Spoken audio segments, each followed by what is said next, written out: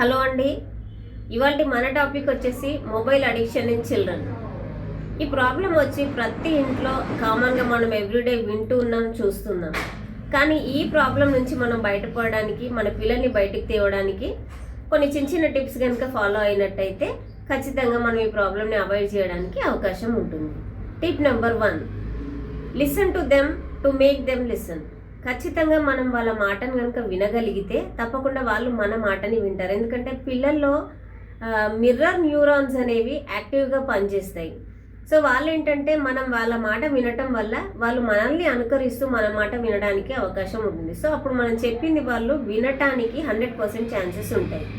Point number 2, కొన్ని చిన్న చిన్న రెస్ట్రిక్షన్స్ కనుక పిల్లలకి పెట్టగలిగినట్లయితే తప్పకుండా వాళ్ళు ఈ ప్రాబ్లం నుంచి బయటపడడానికి ఛాన్స్ ఉంటుంది.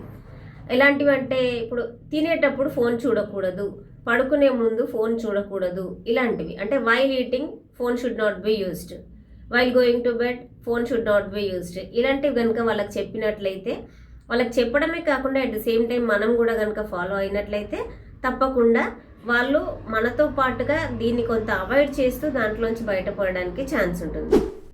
మన నెక్స్ట్ పాయింట్ వచ్చేసి వాళ్ళని వేరే యాక్టివిటీస్లో ఎంగేజ్ చేయటం.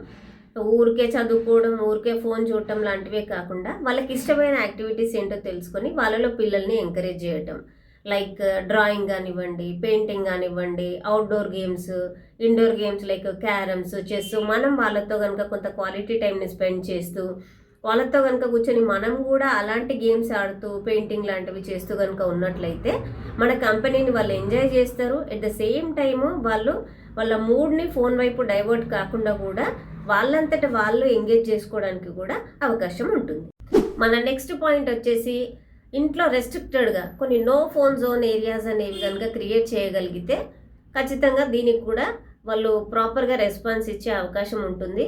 ఎందుకంటే వాళ్ళ స్టడీ రూమ్ ఉంటుంది, స్టడీ రూమ్లో ఫోన్ అనేది ప్రొహిబిషన్ లాగా కనుక మనం మెయింటైన్ చేయగలిగితే, అట్ ద సేమ్ టైం బెడ్రూమ్లోకి ఫోన్ తీయకూడదు, తినేటప్పుడు ఫోన్ వాడకూడదు, ఇలాంటివన్నీ. అంటే పర్టికులర్ ఏరియాస్లో కనుక వాళ్ళు ఎక్కువ టైం స్పెండ్ చేసే ప్లేసెస్లో ఫోన్ని కనుక మనం వాళ్ళు తీయకుండా అవాయిడ్ చేయగలిగితే డెఫినెట్లీ ఇది కూడా వర్కౌట్ అయ్యే ఛాన్సెస్ ఉంటుంది. ఇన్ ద సేమ్ వే మనము మన క్వాలిటీ టైంని వాళ్ళతో స్పెండ్ చేయటం అనేది చాలా ఇంపార్టెంట్. ఇవన్నీ అండి అద్భుతాలు ఏం కావు, కానీ కాస్త కష్టపడాల్సి వస్తుంది పిల్లలకి ఇవి అలవాటు అయ్యేంత వరకు. అందుకని చెప్పి మనము మన టైంని ఇస్తూ వాళ్ళ టైంని ప్రాపర్గా ఎంగేజ్ చేస్తూ కనుక మనము ఈ టిప్స్ని కనుక ఫాలో కాగలిగినట్లయితే ఖచ్చితంగా పిల్లల్లో చేంజ్ అనేది రావడానికి అవకాశం ఉంటుంది. ఇక్కడ ముఖ్యంగా మనం నోట్ చేసుకోవాల్సిన పాయింట్ ఏంటంటే, అద్భుతాలన్నీ ఓవర్ నైట్లో జరగవు.